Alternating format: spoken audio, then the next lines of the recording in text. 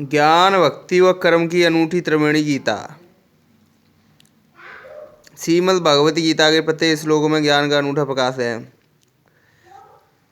मानव जीवन की इस उत्कृष्टतम आचार संहिता की विशिष्टता यह संदेश युद्ध की भूमि से दिया गया।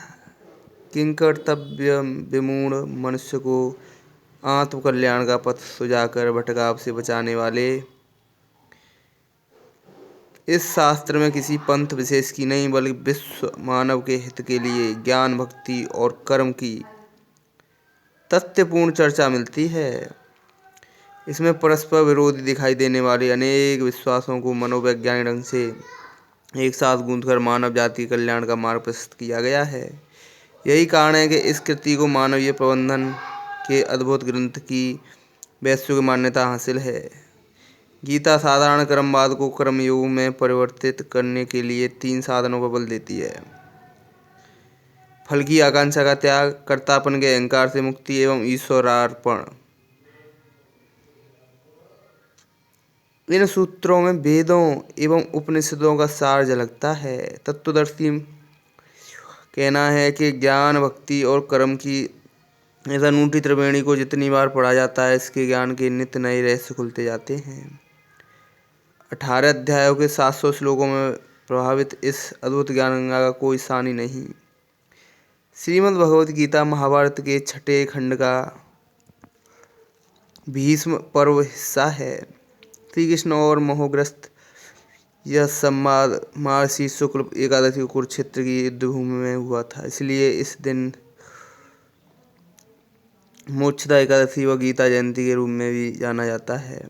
इस अनुपम ग्रंथ को लोकप्रियता का अंदाजा इसी बात से लगाया जा सकता है कि 78 भाषाओं में इसके 250 से ज़्यादा अनुवाद तथा दर्जनों टीकाएँ एवं भाष्य हो चुके हैं।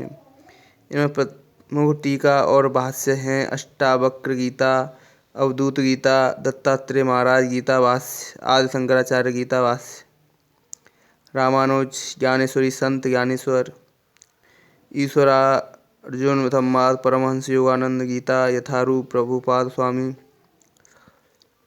क्रियानंद गीता, साधक संजीवनी, राम सुखदास जी, ये नाम दिए गए हैं।